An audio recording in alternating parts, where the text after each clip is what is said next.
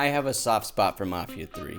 There's a lot of great things about it, but also some open world stinky stuff that's weighing it down. And to say I was excited for this game is an understatement. High school me in 2016 had only played Mafia 2 up until this point, and it's still one of my favorite games. So to finally get a new Mafia game 6 years later had me buzzing. These two trailers in particular I watched over and over again in anticipation, and still come back to from time to time, because the trailers themselves and the songs that play over them are just so badass. The game takes place in 1968 in a fictional New Orleans called New Bordeaux, and has just about what you'd expect from the real city. The main downtown area, French Quarter, bayou with alligators, and racist white folk everywhere. Don't worry though, you'll get to kill a lot of them. I would have to say, as far as Mafia maps go, this might be their weakest. There's something strange about it. I don't know if it's the muddy color palette or lighting, but playing through again, there's just not much to look at. And I feel like it's always raining in this game too, which has looked weird since launch. Like it just stays frozen when it's up in the clouds.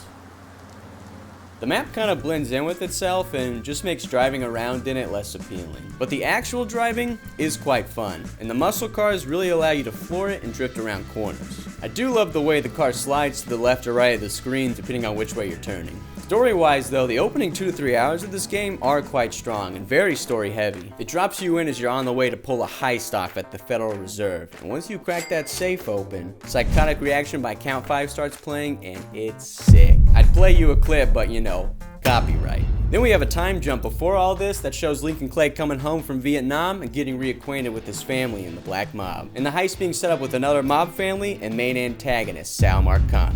Then time jump back into the heist. Things are not going as planned and it's getting crazy. Then a boat shootout in the canals with Born to Be Wild playing, escaping cops when you're above ground during Mardi Gras, and a betrayal scene with Painted Black over it to cap it all off. And that's what I really appreciate about this game. There's certain cutscenes and set pieces that has music playing over it that really amplifies the story beats, making it feel more powerful and making you feel more cool. Naturally, the radio stations are all bangers. This is music from the 60s we're talking about here, alright? So there's always something cool playing. The revenge storyline of this game and going after everyone in Marcano's crime family and working your way up to the top, I think is very good. There are some memorable main story missions in this game that leads to what I think is a pretty satisfying conclusion. You don't go after all of them alone though. You got your Vietnam pal in the CIA, John Donovan, to help you out. It's definitely a toss-up between him and Joe Barbaro for winner of the best friend competition. He gets you the dirt and intel on everyone in the Marcano family, and hooks you up with other underbosses that can help you in your quest for vengeance. Cassandra, leader of the Haitian mob. Thomas Burke, leader of the Irish mob. And last but not least, the boy himself, Vito Scaletta, who's now leader of the Italian gang. Each of them has bad blood with Marcano, and come with their own perks. Cassandra delivers a vehicle of weapons and upgrades that can be called to your location. Burke has a vehicle delivery service and can also call off the cops.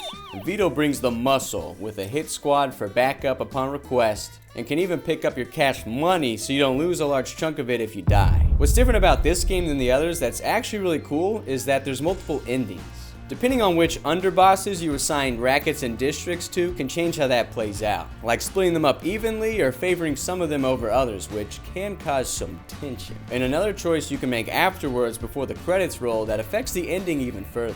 But here's where that stinky open world stuff I mentioned earlier comes in. The others were more linear, always giving you an objective or story mission to continue, where the city was more of a backdrop with little immersion elements sprinkled throughout. Mafia 3 went the modern Ubisoft route before they fully did, where each district of the city has rackets, which are essentially outposts to clear and racket bosses to kill to get to the big boss of that area, which would be a story mission where you kill one of Marcano's crime family members. And there lies the main problem of this game. It's extremely repetitive and is essentially busy work to do between each main story mission because you'll be doing this a lot.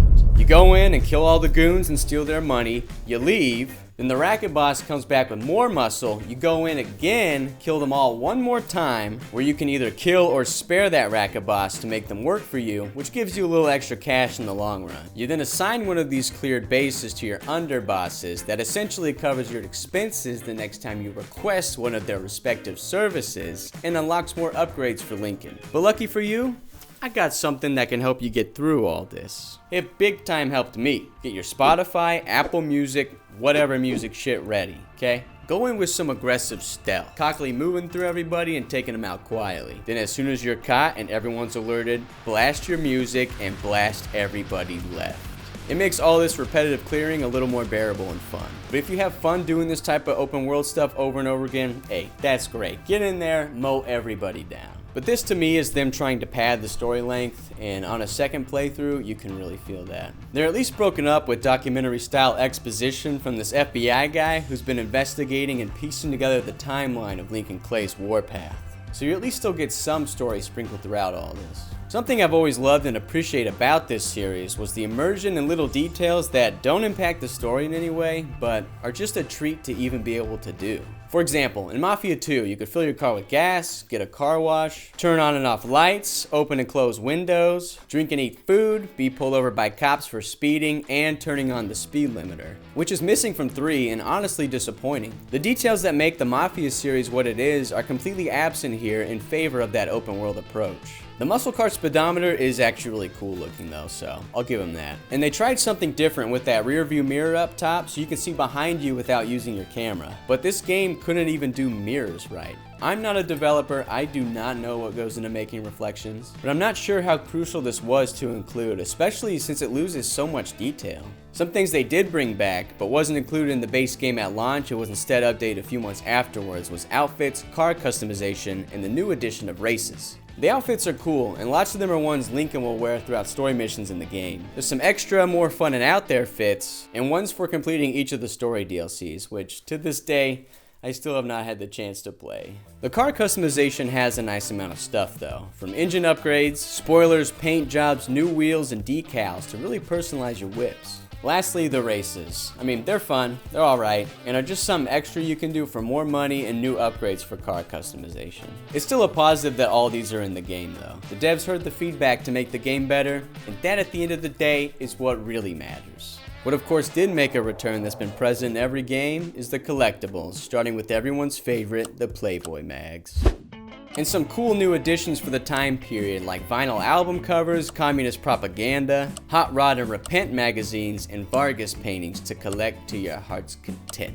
All in all though, Mafia 3 still has a great story. I like a lot of the new characters and it's always great seeing familiar faces. But the open world busy work and lack of immersive elements that make this series what it is hard to look past. And that to me is what makes this the LEAST Mafia Mafia game. Hi!